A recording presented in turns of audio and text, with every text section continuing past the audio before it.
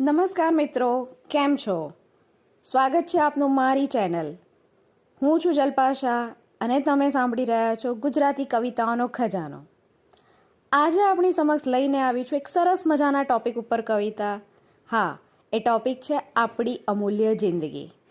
હા દોસ્તો, જિંદગી આપણને ભગવાને બક્ષેલી છે અને એમાં સૌથી સરસ વાત એ છે કે ભગવાને આપણને આપેલો સમય, દિવસના 24 કલાક, એ ગરીબ હોય, અમીર હોય, નાનું હોય, મોટું હોય, આબાલ વૃદ્ધ સૌને સરખા જ આપેલા છે.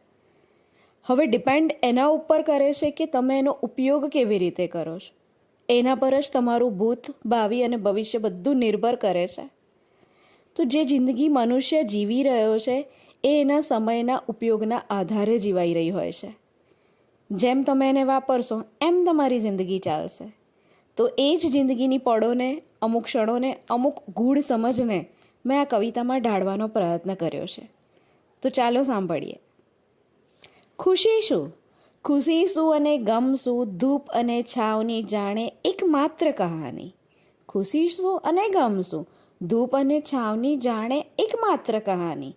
માનો તો હર પલ જિંદગી, માનો તો હર પલ જિંદગી, અને ન માનો તો બસ દુઃખોની રવાની. માટીના બનેલા આ મનેક, માટીના બનેલા આ મનેક, સોંધે જાંજવાના જળ રનમાં. પણ જો કરે નજર, પણ જો કરે નજર, પગ તળે તો જિંદગી પામે ક્ષણમાં. નથી કોઈને ફુરસદ, નથી કોઈને ફુરસદ કે અંતરમાં કરીને જુએ નજર.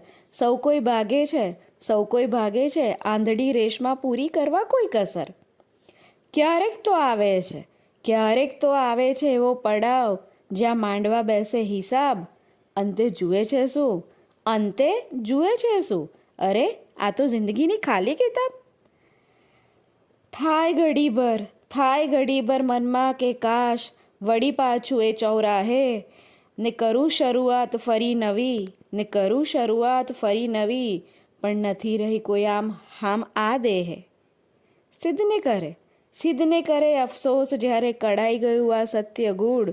બસ બસ તું તારે જીવ્યા કરને, આ જિંદગી બનીને એક મૂઢ.